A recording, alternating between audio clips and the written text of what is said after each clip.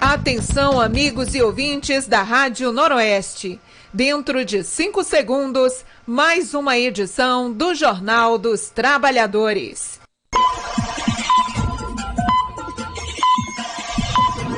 Tá no seu rádio, trabalhador, também tem o seu jornal. Olá, muito bom dia, sejam bem-vindos. Está começando na sua Rádio Noroeste, o Jornal dos Trabalhadores. Os assuntos que a grande mídia não pauta, mas que tem a ver diretamente com você. A apresentação de Gerry de Oliveira e direção-geral de Cristiane Costa. Agora sim, bom dia, sejam bem-vindos ao nosso Jornal dos Trabalhadores. A partir de agora você estará comigo, Gerry de Oliveira, com jornalismo e prestação de serviços.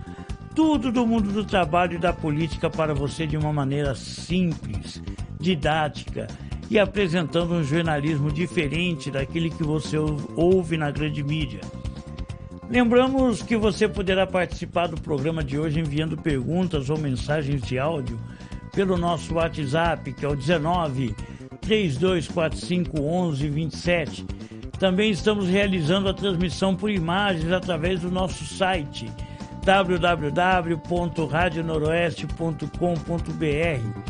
Você também poderá acompanhar esta programação pelo Facebook, né? E também pelo nosso canal do YouTube da Rádio Noroeste em www.youtube.com/noroestefm. Temos também os aplicativos da Rádio Noroeste em www.radios.com.br, bastando apenas digitar Rádio Noroeste nas buscas deste site. E é claro, também sintonizando no seu tradicional aparelho de rádio, na frequência 105,9 MHz em FM. E sem mais delongas, vamos às principais notícias de hoje. Rejeitada denúncia contra Lula no caso do sítio de Atibaia. Litro da gasolina chega a custar mais de R$ 7,00 em alguns estados. Frederico Assef se envolve em mais uma confusão em Brasília. Rodrigo Maia é empossado como secretário de governo em São Paulo. Caos no transporte em Campinas. Moradores da Vila Boa Vista desmentem diretor da INDEC sobre ônibus velhos, atrasos e quebras. Os empresários de transporte se silenciam.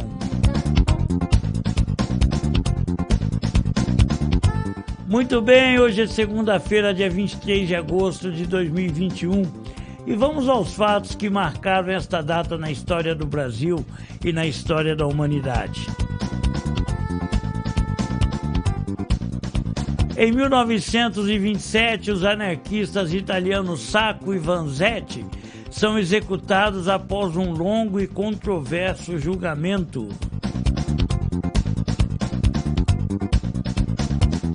1939, Segunda Guerra Mundial, a Alemanha nazista e a União Soviética assinam um tratado de não agressão, o Pacto Molotov-Ribbentrop. Em uma adição secreta ao pacto, os países bálticos, Finlândia, Romênia e Polônia são divididos entre os dois países. 1942, ainda na Segunda Guerra Mundial, tem início a Batalha de Stalingrado. Em 1973, um assalto a banco que deu errado em Estocolmo, na Suécia, se transforma em uma crise de reféns. Nos próximos 5 dias, os reféns começam a simpatizar com seus captores, levando ao termo Síndrome de Estocolmo. Em 2002, o Brasil é o 81º país a ratificar o protocolo de Quioto. Muito bem, vamos então à nossa estreia do nosso Jornal dos Trabalhadores de hoje.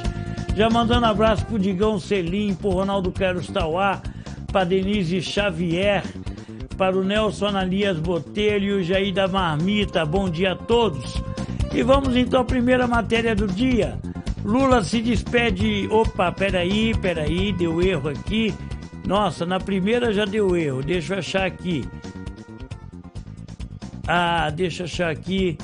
Que é justamente a matéria sobre a absolvição de Lula. É isso mesmo, rejeitada a denúncia contra Lula no caso do sítio de Atibaia.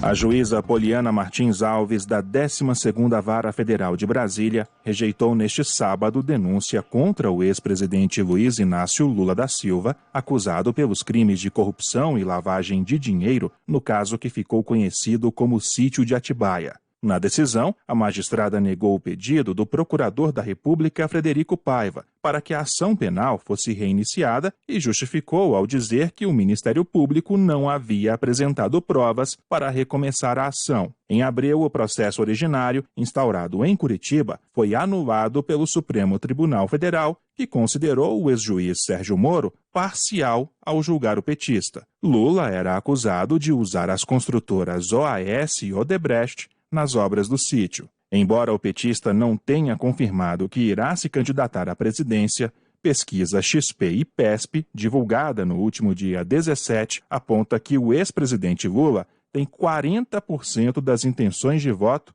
contra 24% de Jair Bolsonaro, caso o pleito fosse disputado agora. Ele também lidera em outros cenários.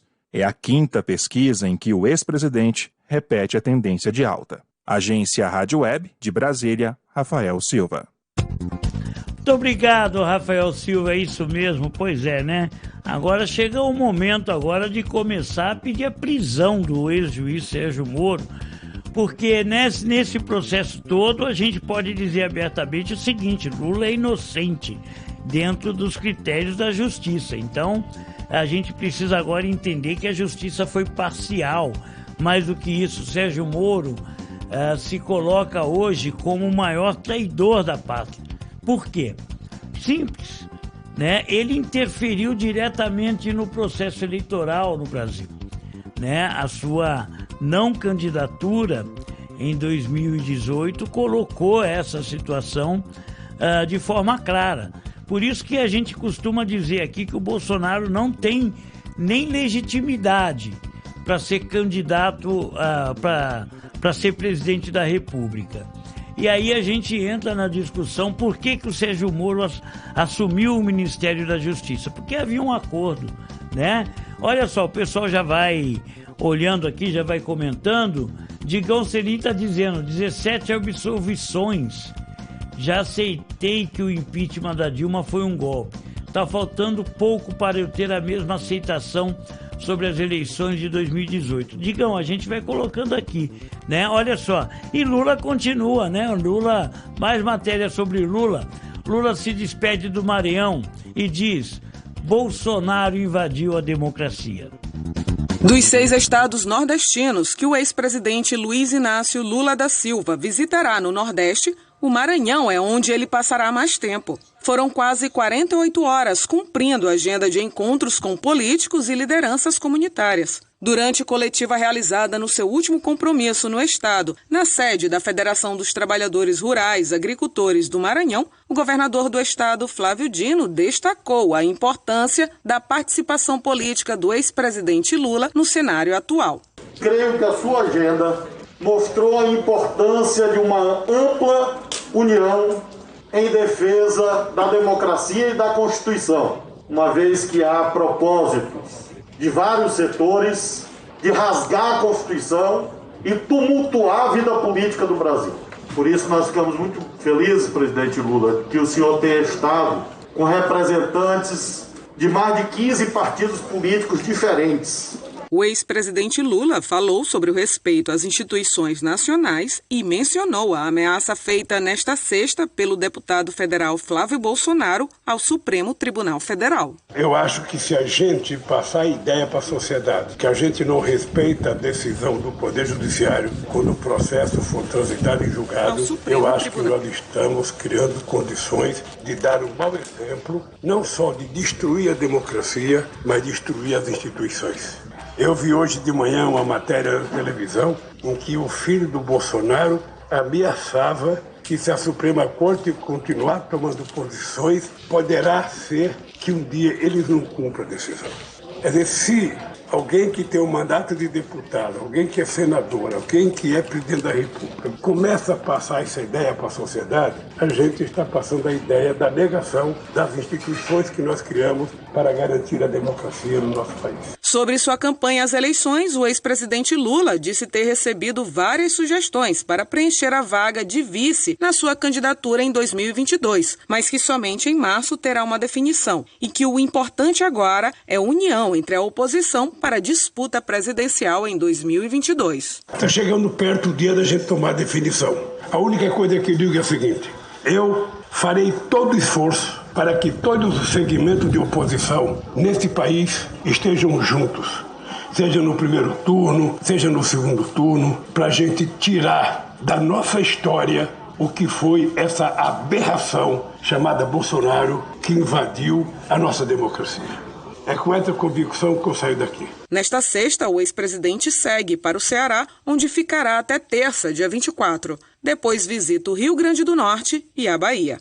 Agência Rádio Web do Maranhão, Carolina Prazeres. Muito obrigado, Carolina Prazeres. Olha só, esse papo de vice, né? Vice de quem? Né? Vice de Dória?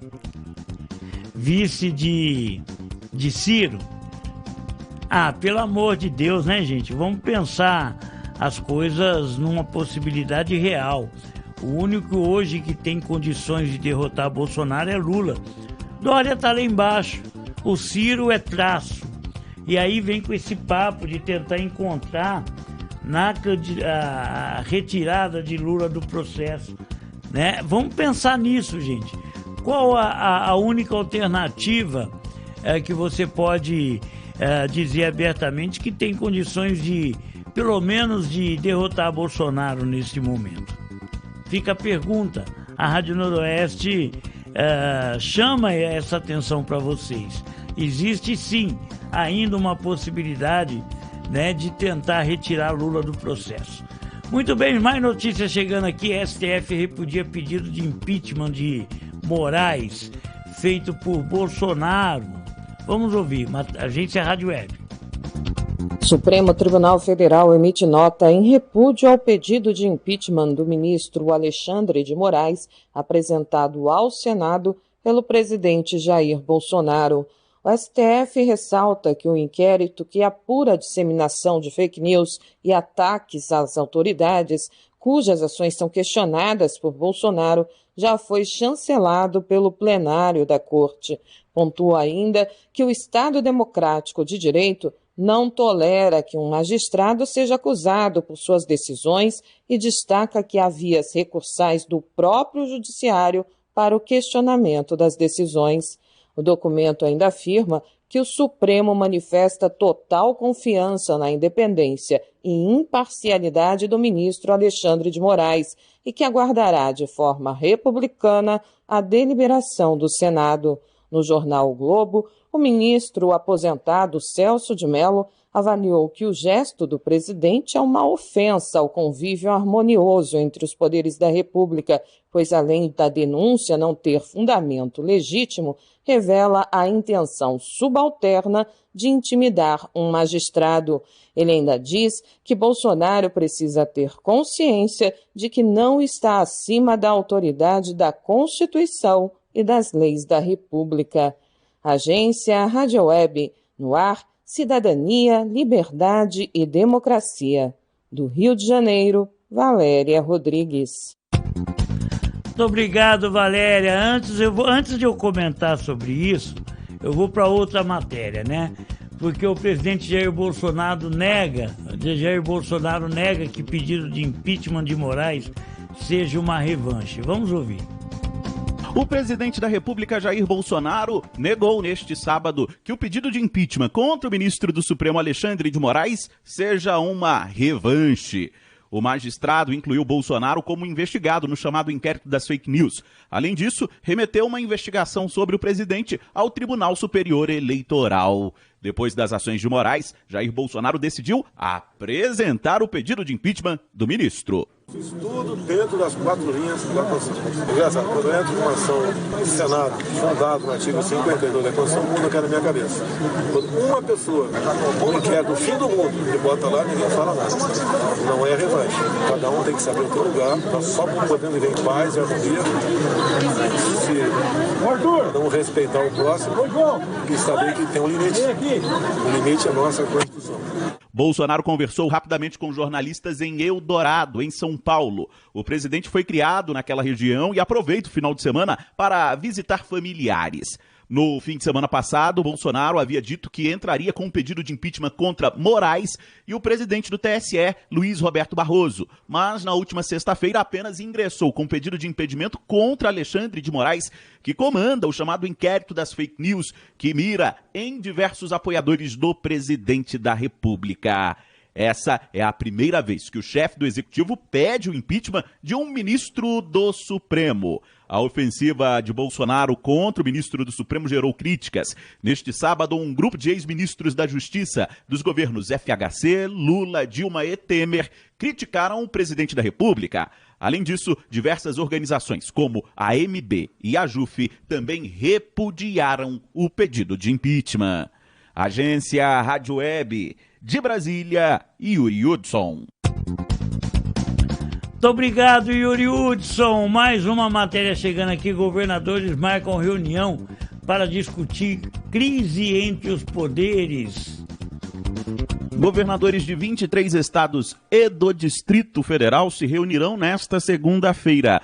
O encontro, convocado de forma emergencial, vai discutir a crise entre os poderes. De acordo com o governador tucano de São Paulo, João Dória, o encontro também será um momento de defesa da democracia e do Supremo Tribunal Federal.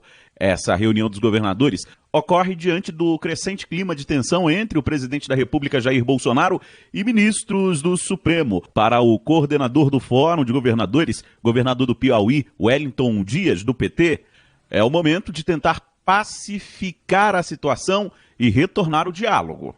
A guerra contra o coronavírus e a crise como estamos vivenciando, ainda ter uma guerra interna. Alguém tem que ter a capacidade de diálogo. E é isso que podemos, pelo Fórum dos Governadores, os prefeitos, com os líderes na Câmara, no Senado, abrir diálogo com os outros poderes para a gente garantir aquilo que o Brasil precisa. Neste fim de semana, o presidente da República foi a São Paulo, em Eldorado, onde visitou familiares. Ao conversar rapidamente com jornalistas, Jair Bolsonaro comentou o pedido de impeachment contra o ministro Alexandre de Moraes, protocolado a pedido dele na última sexta-feira. Fiz tudo dentro das 4 linhas da Constituição. Quando entra uma ação no Senado, fundado no artigo 52 da Constituição, o mundo quer na minha cabeça. Quando uma pessoa quer do fim do mundo e bota lá, ninguém fala nada. Não é revanche. Cada um tem que saber o seu lugar. Nós só podemos ir em paz e harmonia se cada um respeitar o próximo e saber que tem um limite. O limite é a nossa Constituição. Dos 27 governadores, apenas 3 não confirmaram presença no evento até o momento. O governador do Paraná, Ratinho Júnior, do PSD, Cláudio Castro, do Rio de Janeiro, e o governador do Tocantins, Mauro Carlesse, todos mais alinhados com o presidente da República. Agência Rádio Web, de Brasília, Yuri Hudson. Muito obrigado mais uma vez, Yuri Hudson, da Agência Rádio Web. Pessoal, vamos comentar sobre isso, né? Vamos falar abertamente sobre isso. O seguinte: Bolsonaro, ao tentar pedir o impeachment do Alexandre de Moraes, ele não pede com base legal de que houve algum crime, alguma questão. Ele coloca a questão política. E é necessário que, dentro das regras democráticas, o debate político deva existir, inclusive com o Poder Judiciário. Entretanto, não tem fundamentação legal, né, esse pedido de impeachment. Por quê?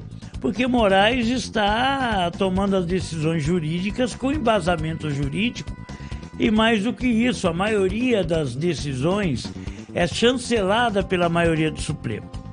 Então, na realidade, é uma ameaça política e uma intervenção dentro do Poder Judiciário. E eu quero lembrar uma questão, né, que assim quando se baixou o AI-5 e também houve a ditadura militar no Brasil, a primeira coisa que eles fizeram foi fechar os congressos, foi fechar o Senado e foi fechar o Supremo Tribunal Federal. Inclusive a ditadura aproveitou o momento para fechar o Supremo e indicar depois os seus membros do Supremo. Então isso nos trouxe um atraso de 30 anos na democracia. Muita gente morreu, muita gente foram assassinadas e torturadas, e esse governo tem a mesma postura dos militares. Entretanto, tem uma questão que é muito séria, que é a defesa da democracia, que o mundo inteiro defende, né? O mundo inteiro defende. Então, as tentativas de Bolsonaro é tentar gerir o Estado burguês a partir daquele momento que foi a ditadura militar. Então é preciso entender, né, a necessidade de legitimar a Constituição. Quem diria, hein? O Gerry de Oliveira, no ano 2021, defendendo a Constituição. É incrível. Mas a gente regrediu tanto que a defesa da Constituição passa a ser uma das principais bandeiras do povo brasileiro. Se de um lado nós temos uma tentativa, né, de golpe já dado pelo governo Bolsonaro, de outro lado a sua trupe continua aprontando por aí. Um deles é o advogado de Bolsonaro, Frederico Wassef. Foi numa chácara dele em Atibaia que foi encontrado Queiroz. E ele se coloca, ele está em todos os eventos do Bolsonaro no Palácio do Planalto. Ou seja, ele é um homem que fala em nome do Bolsonaro. Por mais que fala, não, eu não tenho cargo, eu não tenho isso, mas ele é um homem de confiança do Bolsonaro. E ele aprontou em mais uma confusão em Brasília. Reportagem da agência Rádio Web, vamos ouvir. O advogado do presidente Jair Bolsonaro, Frederico Wassef, relatou à imprensa que foi perseguido por um homem armado com faca na tarde desse sábado. Testemunhas relataram que o advogado havia assediado uma mulher em um restaurante localizado na área nobre de Brasília. Por conta disso, o marido da mulher, armado com uma faca, teria reagido e perseguido o advogado. A polícia militar atendeu a ocorrência e os envolvidos foram levados a prestar depoimento. Em vídeo gravado após o episódio, ainda na delegacia, o Wassef disse que a perseguição a ele seria por defender o presidente. Fui agredido e ameaçado pelo simples fato de ser advogado do presidente e da família Bolsonaro, por uma senhora de mais de 60 anos de idade, que disse que odeia o presidente, que odeia a família Bolsonaro, uma esquerdista, uma pessoa de esquerda, e está me atacando por exercer a minha função como advogado. O advogado Frederico Wassef tem seu nome em uma lista de confusões que envolvem também a família Bolsonaro, a qual ele defende. Além de advogado de Jair Bolsonaro, o Wassef foi também responsável pela defesa de Flávio Bolsonaro, filho do presidente, quando ele ainda era deputado estadual no Rio, nas investigações sobre desvio de dinheiro público, lavagem de dinheiro e organização criminosa. O Wassef deixou o caso após a prisão do ex-assessor parlamentar de Flávio Bolsonaro, Fabrício Queiroz, que foi localizado e preso na casa do advogado em Atibaia, São Paulo. Em fevereiro, a Polícia Civil do Distrito Federal indiciou o advogado pelo crime de injúria racial contra a garçonete de uma pizzaria em Brasília. Na ocasião, o Wassef teria chamado a funcionária de macaca. O caso aconteceu em novembro do ano passado. Agência Rádio Web. Com informações de Brasília, Aline Costa. Muito obrigado, Aline Costa. Os bolsomínios só dão mancada, né? Onde já se viu um advogado ligado ao Bolsonaro tentar assediar uma garota e aí se ferrou, né? Ela era de esquerda, uma senhora, né? Muito bem, um abraço pro Nelson Ananias Botelho. Todo mundo pode participar com a gente aqui. Vamos lá, são 11 horas e 55 minutos, o telefone tá tocando, né? Mandando um abraço aí para Juarez Mateus, Carmen Ferreira, Sandra Sérgio, Sérgio Bonifácio, Ronaldo Carlos Tauá, lá em Tauá, no Ceará, o Marcelo Santos Teixeira, todo mundo na sintonia com a gente aqui. Estamos no YouTube, no Facebook, e você pode também mandar mensagens aqui pelo nosso WhatsApp, mandando comentário e áudios sobre o que a gente está fazendo aqui nessa estreia do Jornal dos Trabalhadores. O telefone não para de tocar, daqui a pouco eu atendo, mas a gente vai tocando o programa aqui, né, gente? Vamos tocando o programa aqui. Gente, eu queria chamar a atenção de vocês sobre a questão do Sérgio Reis. Sérgio Reis admite ter errado e pede participações em novo disco. O cantor Sérgio Reis admitiu ter errado e disse que quer pedir desculpas, até mesmo ao Supremo Tribunal Federal, depois de ter convocado atos antidemocráticos em defesa do presidente Jair Bolsonaro e do impeachment de ministros do STF. A declaração do cantor foi dada durante a entrevista à TV Record. Sérgio Reis disse que não é bandido, que falou bobagem e que não esperava a proporção que o caso tomou. Tudo começou por conta de um áudio distribuído entre caminhoneiros. O artista de 81 anos, que também é ex-deputado federal por São Paulo, incentiva uma paralisação da categoria. Vai parar o país. E enquanto o Senado não tomar essa posição que nós mandamos fazer, nós vamos ficar em Brasília e não saímos de lá até isso acontecer, uma semana, 10 dias, um mês, e os caras bancando tudo, hotel e tudo, não gastam um tostão. E se em 30 dias eles não tirarem aqueles caras, nós vamos invadir, quebrar tudo e tirar os caras na marra. Pronto. É isso que você quer saber? É assim que vai ser. Pronto. Por conta disso, Sérgio Reis já perdeu pelo menos 4 participações de artistas que estariam no seu próximo disco. Os cantores Zé Ramalho, Guarabira, Maria Rita e Guilherme Arantes desistiram de participar. Na semana passada, o sertanejo já havia revisto o tom do seu discurso e inclusive chorado durante a entrevista ao blogueiro Oswaldo Eustáquio. Eu não pedi que acabasse com nada, eu pedi que fizesse que esses impeachments fossem estudados. Vamos fazer. Se o povo não for para as ruas no dia 7 de setembro, Brasília não vai fechar, então não vai adiantar nada. O Exército não pode fazer nada, o presidente não pode fazer nada e nós não podemos fazer nada. Nós estamos fazendo a nossa parte. O caso se tornou alvo de operação da Polícia Federal, que cumpriu mandados de busca e apreensão expedidos pelo STF para investigar Sérgio Reis e o deputado federal Ottoni de Paula, do PSC do Rio de Janeiro. Agência Rádio Web, no ar, Cidadania, Liberdade e Democracia. De São Paulo, Bruno Moreira. Muito obrigado, Bruno. Eu quero colocar uma questão aqui, o seguinte, né? A gente fica acompanhando as baboseiras dos bolsomínios. Gente, vocês ganharam uma eleição limpa. Quer dizer, limpa no sentido do voto, né? O voto foi dado, digitado, Bolsonaro. Encarem isso como uma necessidade. Agora, a gente tem que entender o seguinte, Bolsonaro tentou e tenta a todo custo impor um modelo que não representa aquilo que o voto proporcionou, né? Os próprios bolsonaristas, e eu conheço bastante, que têm falado, nossa, eu votei e me arrependo. Ninguém quer um regime de exceção, ninguém quer. Muito bem, e falando sobre o governo Bolsonaro, Bolsonaro está tentando a todo custo impor uma reforma administrativa. Essa reforma administrativa vai tirar o trabalho dos concursados, vamos dizer assim, e vai retirar direitos dos trabalhadores, né? E mais do que isso, quando a gente olha, por exemplo, a questão da situação que a gente vivencia aqui, principalmente aqui em Campinas, a gente olha o seguinte, uma empresa terceirizada fazendo o trabalho, né?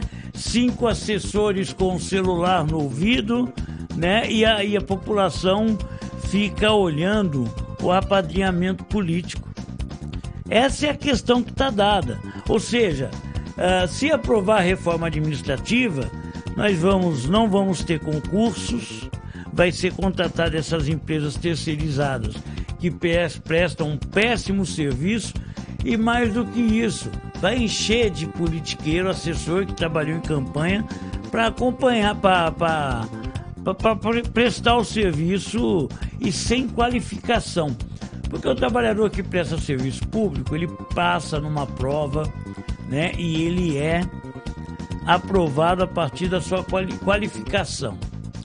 E a Rádio Noroeste está numa campanha aberta contra essa reforma, juntamente com o Sindiquinze e a Adunicamp. O Sindiquinze é o Sindicato dos Trabalhadores da Justiça do Trabalho da 15ª Região. E a Adunicamp é a Associação dos Docentes da Unicamp. Vamos ouvir então a campanha que a Rádio Noroeste está fazendo junto com essas duas importantes organizações de luta dos servidores públicos. Quando o governo fala em reforma, o que realmente ele quer dizer? A gente, quando reforma a casa, é para melhorar alguma coisinha, um reboco, uma trinca. O governo, quando fala em reforma, na verdade, quer a destruição. O governo diz que vai reformar, mas vai lá e destrói os alicerces, derruba a casa. Foi o que aconteceu com a reforma trabalhista e da Previdência. E é o que vai acontecer com a reforma administrativa. Quando teve reforma trabalhista, muita gente se prejudicou e perdeu o emprego com carteira que tinha. E nenhum dos empregos prometidos foi criado. Ninguém se beneficiou, a não ser os patrões. Depois veio a reforma da Previdência. Por causa dela, ficou muito mais difícil conseguir o tempo de aposentadoria. Perdemos auxílio-doença e os benefícios diminuíram. agora falam em reforma administrativa e adivinha quem vai se estrepar de novo? Isso mesmo, eu e você. Essa nova reforma quer diminuir os serviços e o pessoal que nos atende nas escolas, postos de saúde e repartições. Essa escalada de perda de direitos não beneficia ninguém, a não ser os milionários que estão cada vez mais ricos nesta pandemia. Sindi 15 e IAD Unicamp, juntos contra a reforma administrativa.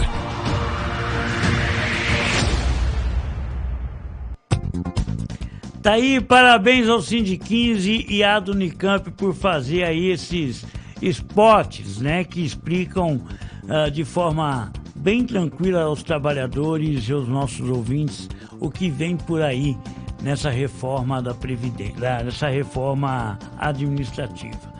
Mandar um abraço pro Nelson Ananias Botelho, que está dizendo aqui o seguinte: bolsomínios são os talibãs brasileiros.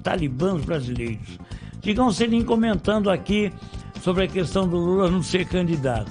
Se não for candidatura própria, Lula e Haddad, ou Haddad e Lula, eu gostaria que fosse vice do Boulos.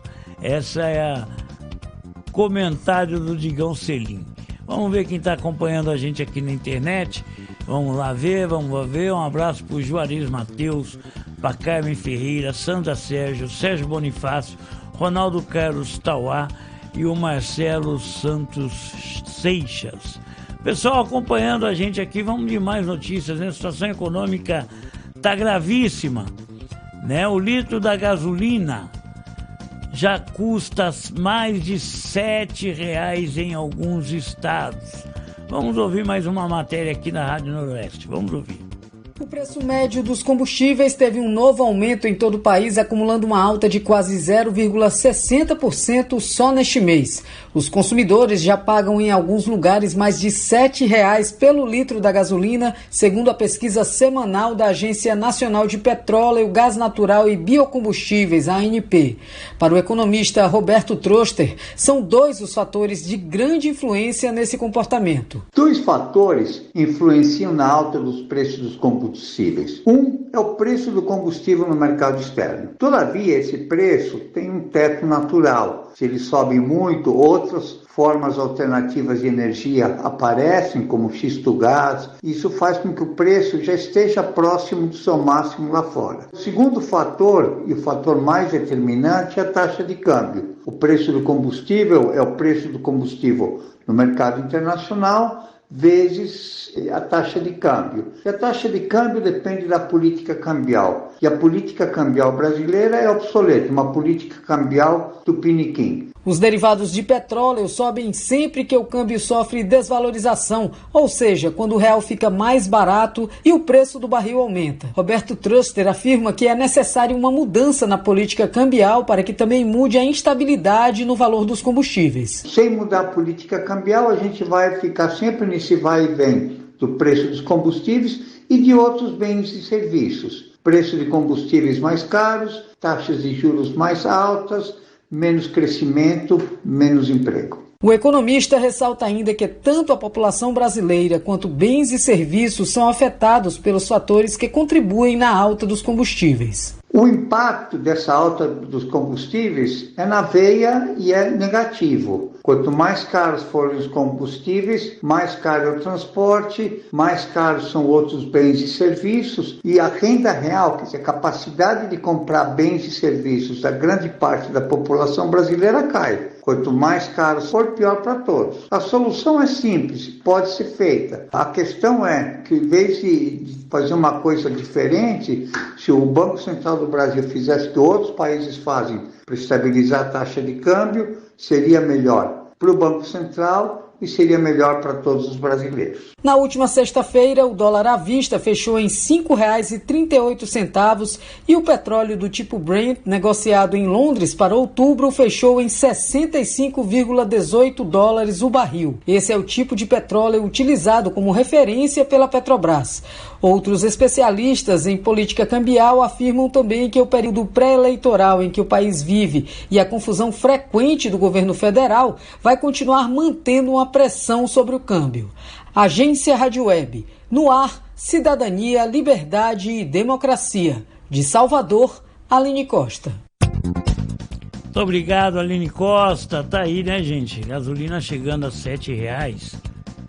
Queria lembrar a vocês algumas questões aqui, né? Lembra que na época falava que o dinheiro do pré-sal iria para saúde e educação? Pois é, iria. Entregar o pré-sal. Você lembra que houve uma injeção na Petrobras, as refinarias, né? A construção de refinarias e toda uma infraestrutura para atender o pré-sal? Pois é. E aí hoje o que aconteceu? Simples. Cortaram as obras de construção de refinaria, né? Precarizaram a refinaria da Replan, que hoje não está nem com 70% de sua capacidade. O petróleo do pré-sal vai direto para lá, para os States, né?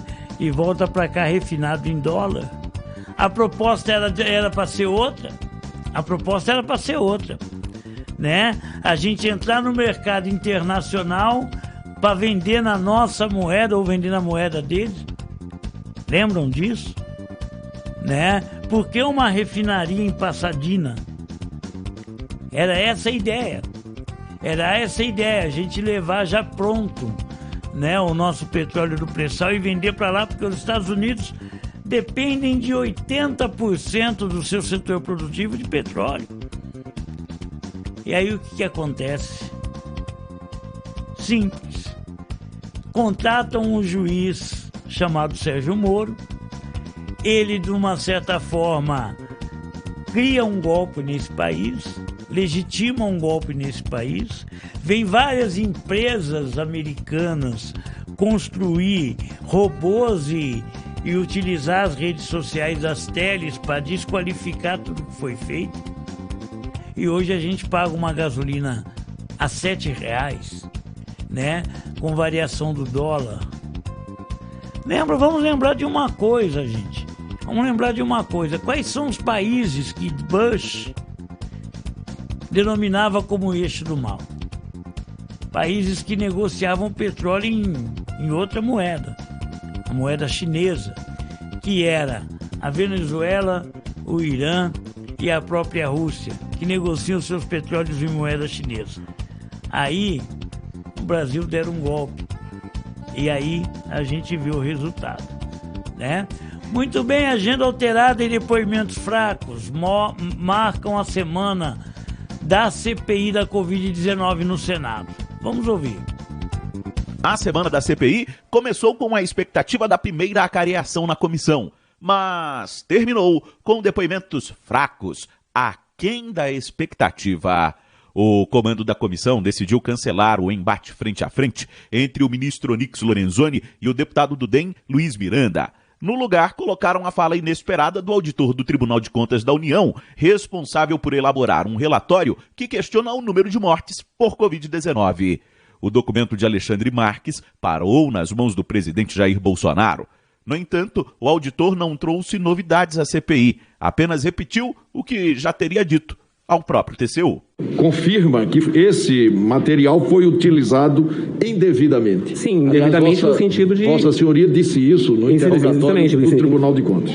Indevidamente pelo fato de se atribuir ao Tribunal de Contas da União um arquivo de 2 páginas não conclusivo, que não era um documento oficial do Tribunal. Na quarta-feira foi a vez do advogado da Precisa Medicamentos, Túlio Silveira. Foi outro depoente que pouco ajudou nos trabalhos. Logo no início, Túlio alegou sigilo profissional, como determina a lei federal do Estatuto da OAB, para fugir de responder às perguntas. Que participou de reuniões foi na qualidade de advogado.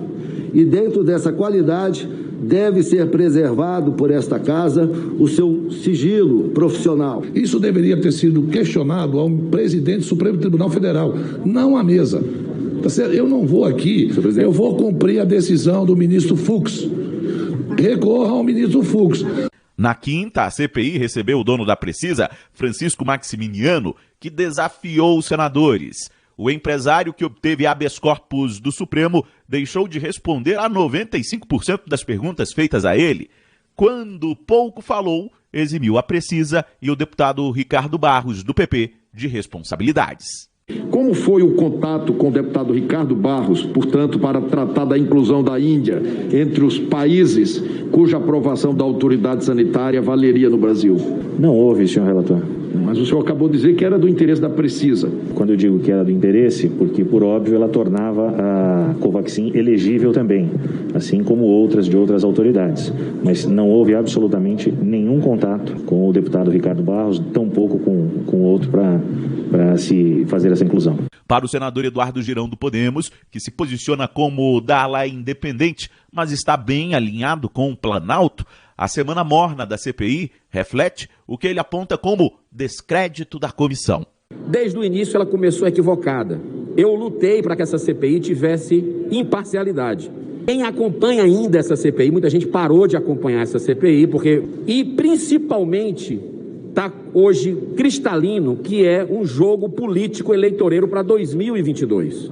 Já Humberto Costa, do PT, contesta. Ele entende que a falta de protagonismo midiático nos depoimentos faz parte da investigação, que caminha, segundo ele, a contento. Eu acredito que já há muitos elementos, muito material para elaborarmos o relatório e falta agora apenas e tão somente que nós possamos ouvir alguns depoimentos. A CPI retoma os depoimentos na próxima terça-feira. Agência Rádio Web de Brasília, Yuri Hudson. Muito obrigado, Yuri. Muito obrigado aí, então. A agenda do... Vamos pensar o seguinte, até onde vai essa CPI? Começou só para ver a questão de Manaus, já descobriram a questão de compra da vacina, já descobriu a questão daquilo que a gente chama de gabinete paralelo, já descobriu a questão da defesa da cloroquina, já descobriu que o governo é incompetente por negociar vacina com soldadinho raso. Enfim, a coisa mostra na CPI que além do genocídio, também tem um monte de nego incompetente lá dentro, né? Muito bem, Rodrigo Maia é empossado como secretário do governo de São Paulo. Vamos ouvir aí a matéria da agência Rádio Web para o nosso estado. Foi empossado nesta sexta-feira como novo secretário de Projetos e Ações Estratégicas do Estado de São Paulo, o ex-presidente da Câmara dos Deputados, Rodrigo Maia. A cerimônia foi realizada no Palácio dos Bandeirantes, com participação do vice-governador Rodrigo Garcia, do secretário da Fazenda Henrique Meirelles, entre outras autoridades. Segundo o governador de São Paulo, João Dória, o convite foi motivado pela experiência de Rodrigo Maia na gestão pública. Ele é o secretário de Ações Estratégicas e a prioridade é para os programas de desestatização do governo liberal do governo do Estado de São Paulo. O deputado Rodrigo Maia acumulou ao longo dos anos uma extraordinária experiência na interpretação de legislação, na vocação liberal que sempre o moveu nos seus mandatos, nos seus pronunciamentos e na sua interlocução também com os setores econômicos no Brasil e no exterior. Maia será responsável por acelerar os projetos de desestatização, as parcerias público-privadas e as concessões atualmente em andamento no governo paulista. O ex-presidente da Câmara Federal destacou seu interesse em colaborar com a gestão de São Paulo, compartilhando sua experiência de diálogo e a vontade de aprender, agora na função executiva. É para mim uma honra poder estar aqui, ajudando, aprendendo, de fato, participar do governo de São Paulo, o estado mais forte da nossa federação, tendo essa oportunidade de tratar de temas tão importantes. Então é uma honra, um orgulho e a possibilidade de aprender. A gente na política tem que estar sempre aprendendo. E foi o que eu fiz como parlamentar e principalmente como presidente da Câmara. O decreto com a nomeação do novo secretário foi publicado no Diário Oficial do Estado nesta sexta. Rodrigo Maia tem 51 anos de idade e está em seu 6º mandato como deputado federal. Agência Rádio Web de São Paulo, Breno Zonta.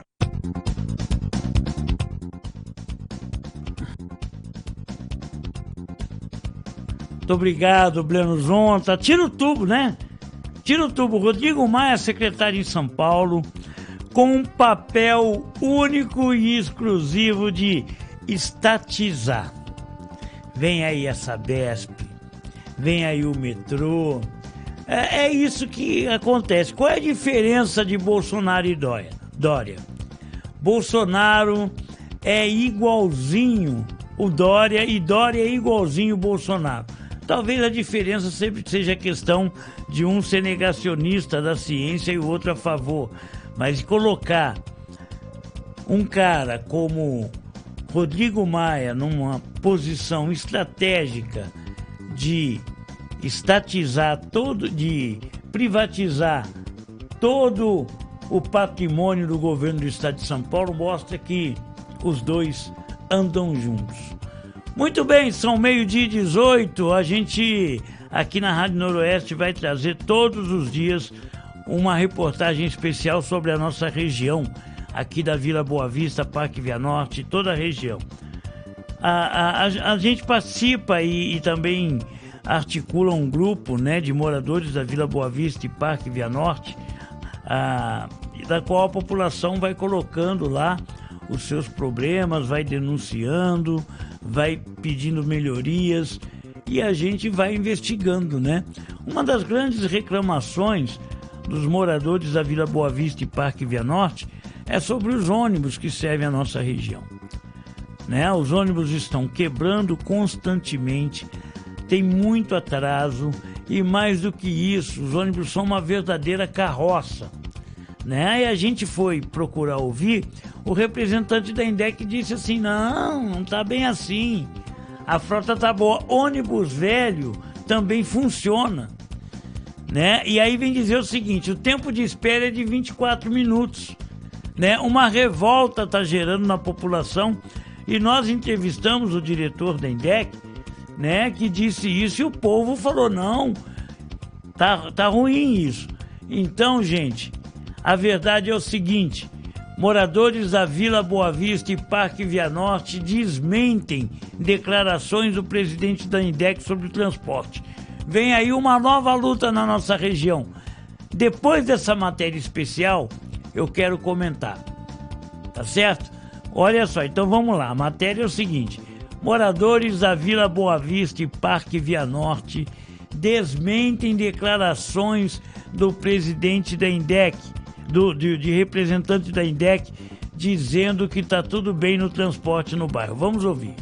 Quebras constantes, atrasos, superlotação e ônibus velhos. Esta é a situação dos ônibus coletivos urbanos de Campinas que atendem a população da Vila Boa Vista e Parque Via Norte. Moradores cansados de reclamar recorrem às redes sociais para fazer denúncias e, com isso, expor o problema para toda a população. A Rádio Noroeste acompanha as reclamações diárias nas redes sociais e procurou realizar esta reportagem com o objetivo de alertar a população para que se organize e busquem seus direitos. Segundo a INDEC, já foram feitas mais de 55 autuações das empresas que operam as linhas, mas a situação parece não ter fim. Segundo moradores, os atrasos ultrapassam o período de 1h30 de espera. O diretor de Planejamento e de Projetos da INDEC, Wilson Folgosi de Brito,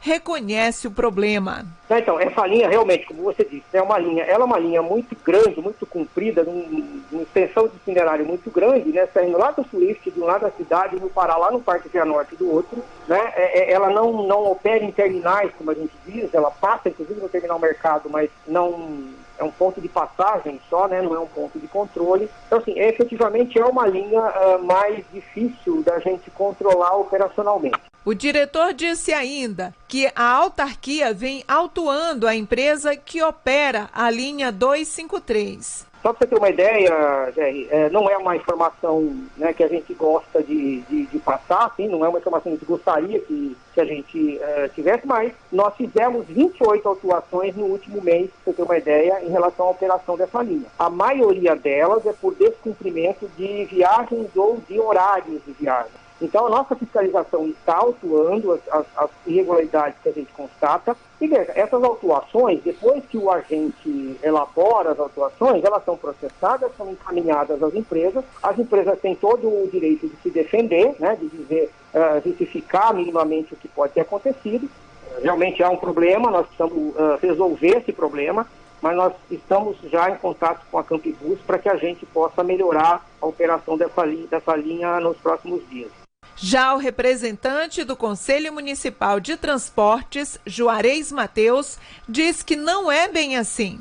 Os empresários não pagam as multas. Aí o poder público realmente não está cumprindo o seu papel. Infelizmente, o que acontece com a gestão é que, infelizmente, fica refém dos empresários de ônibus, né? Das empresas de lixo e dos empresários de ônibus. Você não percebe que não há uma ação efetiva. E quando acontece da fiscalização, mas efetivamente não é feita a cobrança, que é um outro problema. Você pode até fazer a atuação, mas pergunta qual empresário que pagou a multa pelo descumprimento dos horários de funcionamento das linhas. Infelizmente, realmente é a omissão completa da gestão pública. Foi no primeiro mandato do Jonas, foi no segundo, infelizmente continua no atual mandato, que na verdade é continuidade do mandato do Jonas, né, do Dário Saad.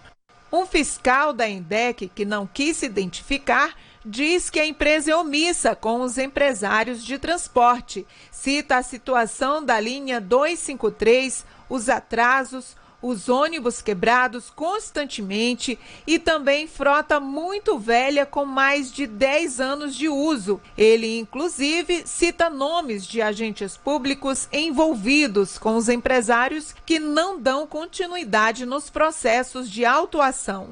Situação caótica na linha 253, 254 e 255 que atendem a região da Vila Boa Vista. Essas linhas não cumprem o horário pelo terminal mercado. Pior, a linha 253, que não tem controle por parte da INDEC. Os passageiros ficando pelo local, aguardando até 1 hora ou mais. No sol, na chuva, visto que os pontos de ônibus lá são pequenos e apertados, onde descargam as mulheres grávidas, os idosos e as crianças. Quando cobraram a INDEC, dizem que não tem horário no terminal mercado da linha 253. É normal a quebra dos veículos velhos, com mais de 10 anos de uso, veículos caindo aos pedaços, vazamento de água, vazamento de óleo, portas quebradas, bancos soltos. Pela lei, não deveriam estar operando, deveriam estar na garagem ou nos ferroviários. Total descaso à população do bairro, sendo que é pago a passagem cara, a mais cara do Brasil. R$ 4,95 quando compra o papelzinho para passar na catraca. R$ 4,95, um descaso muito grande dessa empresa aí vermelha, a Campibus, com os usuários do sistema. Transurte e INDEC não fazem nada. Sabem que está errado, mesmo assim não tomam providência. E a população do bairro fica desassistida desde o governo anterior. É importante a população cobrar as melhorias que foram prometidas e não feitas. A INDEC e a Transurte têm que vir a público garantir aí a resposta para os usuários do porquê essa situação caótica continua. Há tempos a INDEC faz isso contra o transporte público e não é declarado minha providência. Eu sou servidor da empresa há vários anos e nunca vi tamanho descaso com os usuários. É cotidiano saber que as empresas mandam na INDEC. E o secretário de Transporte não tem ciência desse fato. Sobre a questão dos veículos lotados, o diretor de planejamento da INDEC admite que a frota está reduzida pela metade, porque não existe demanda de passageiros. Hoje, para você ter uma ideia, nós temos 5 veículos operando na linha. Isso representa metade da frota que operava antes da pandemia. Eram 10 veículos antes. Hoje o intervalo é de 24 minutos no horário de pico e de 40 minutos entre pico. Nós temos uma demanda hoje de somente 37% do que nós tínhamos antes da pandemia. Então, a relação que nós temos hoje de frota, a quantidade de frota em relação ao passageiro transportado, ela é melhor do que a que existia antes da pandemia. Nós estamos verificando, analisando, monitorando as linhas o tempo todo e, na medida do possível, e assim que o passageiro começa a aumentar, nós também fazemos alterações na frota desses veículos. Essa linha 253, ela sofreu um aumento de frota no dia 17 de maio, né?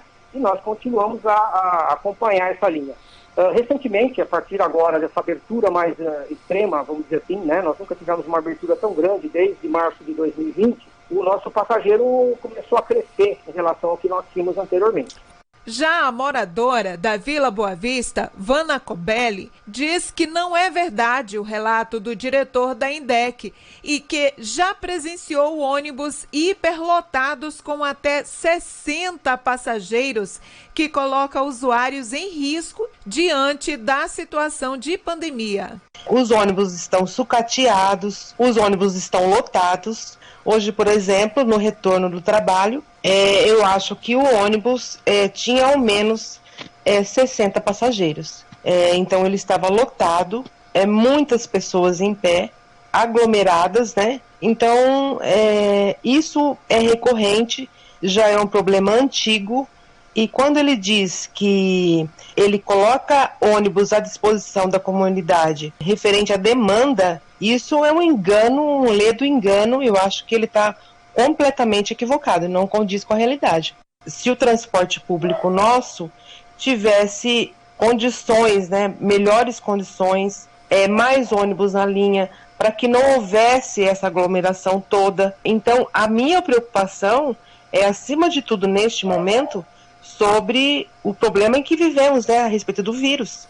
Com esse tanto de gente dentro do coletivo, em péssimas condições, eles não são higienizados, são ônibus extremamente sujos. Então, o que me parece que estão um pouco preocupados, né? Se não estão preocupados com a frota, com o sucateamento da frota, estão menos preocupados ainda com a transmissão do vírus, né?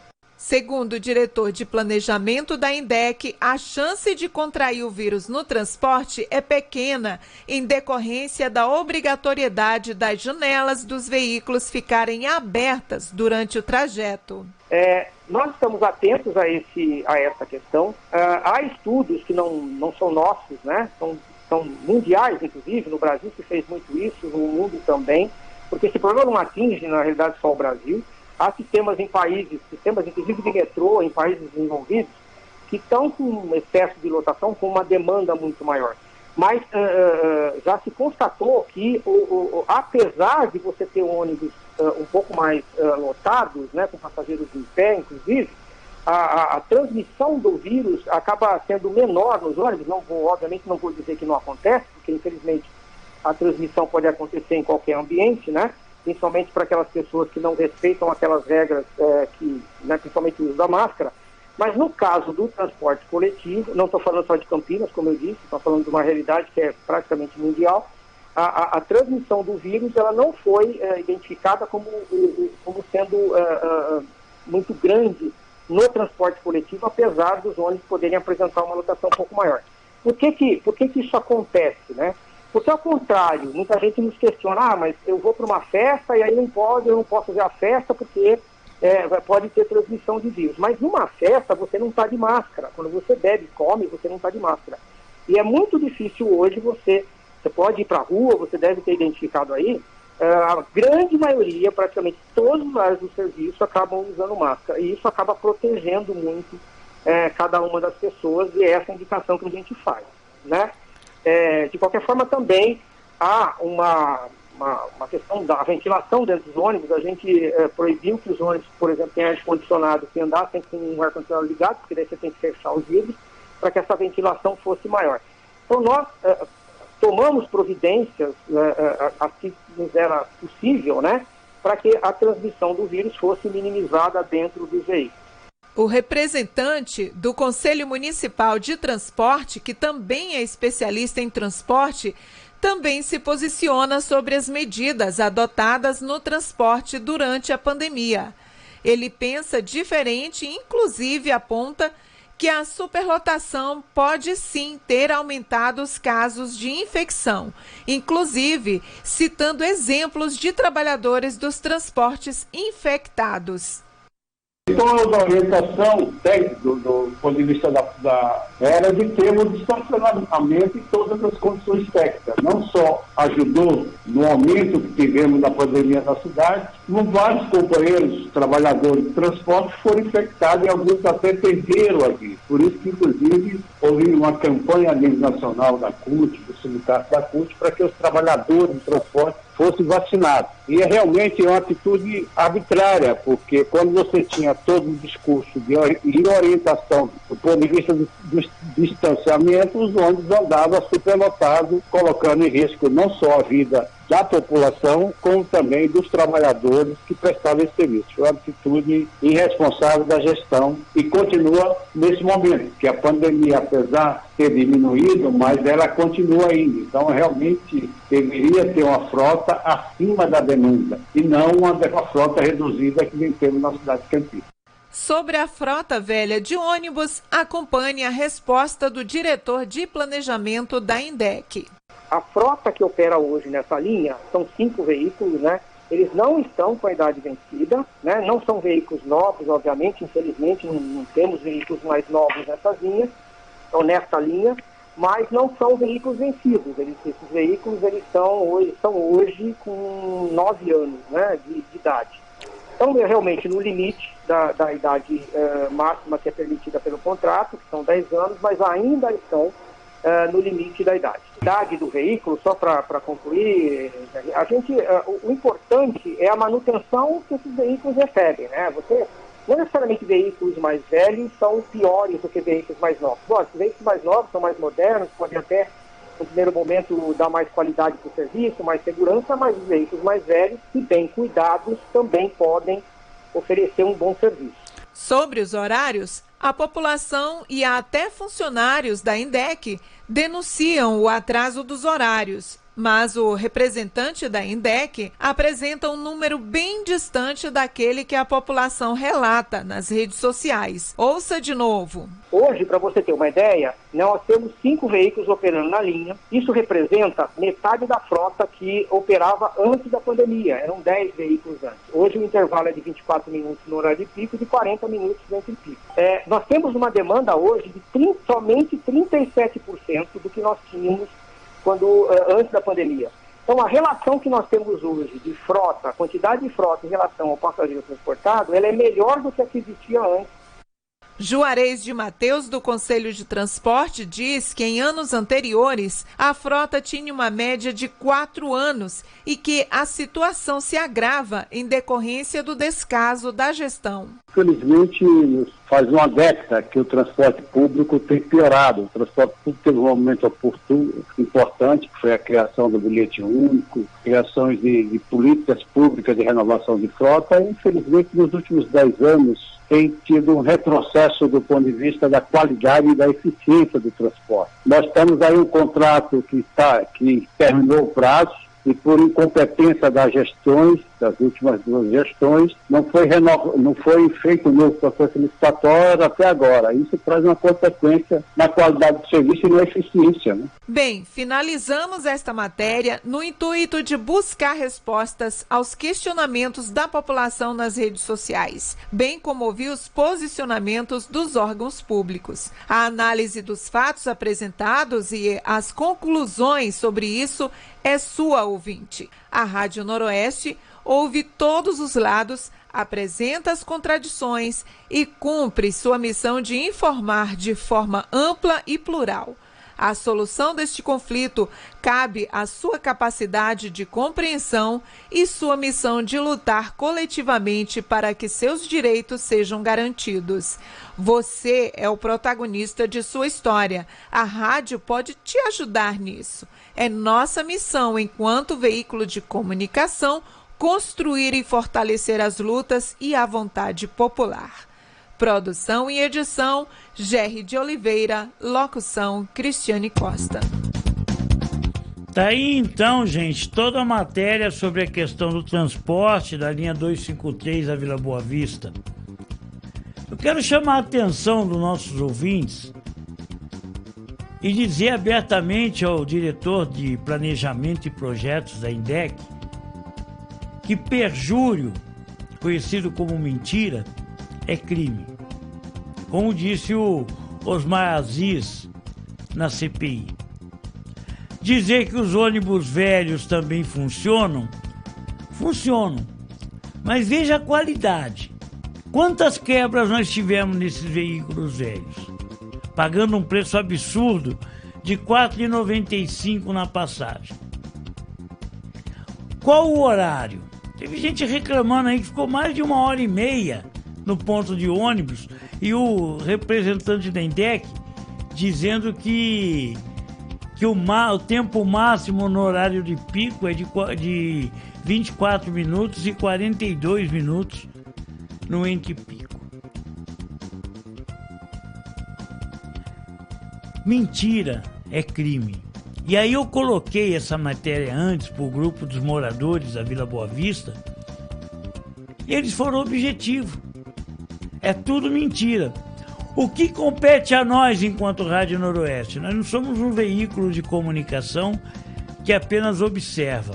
Não, a gente ouve a comunidade, ouvimos o representante da INDEC, ouvimos o representante do Conselho Municipal de Transporte, ouvimos a população. E aí não dá para acreditar, a Rádio Noroeste não vai apenas observar isso. Hoje, iremos encaminhar à INDEC uma pauta de reivindicação sobre transporte de Campinas na linha 253.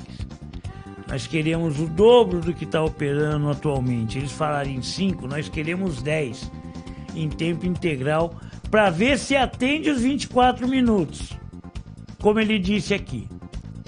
Essa é a primeira questão. A segunda questão, que ele diz que a frota está dentro do contrato. Se antes nós tínhamos uma média de frota de 4 anos, e aí você olha, por exemplo, os ônibus de Barão Geraldo, você olha os ônibus que vai para as mansões de Souzas, né? São ônibus com 4 anos de uso. E o nosso de 10, que é o máximo. Então, nosso papel aqui é encaminhar a denúncia e exigir uma providência. Já vou ligar de novo para o representante da INDEC, já para ir lá levar a documentação e dizer o seguinte: o nosso prazo aqui é de 1 semana para o atendimento. Nós queremos, mais uma vez, repetir, 10 ônibus na linha para cumprir o horário de 24 minutos, como determina o contrato. Nós queremos ônibus com 4 anos de uso, né? E mais do que isso, nós queremos monitorar esses ônibus pelo GPS. Já as empresas,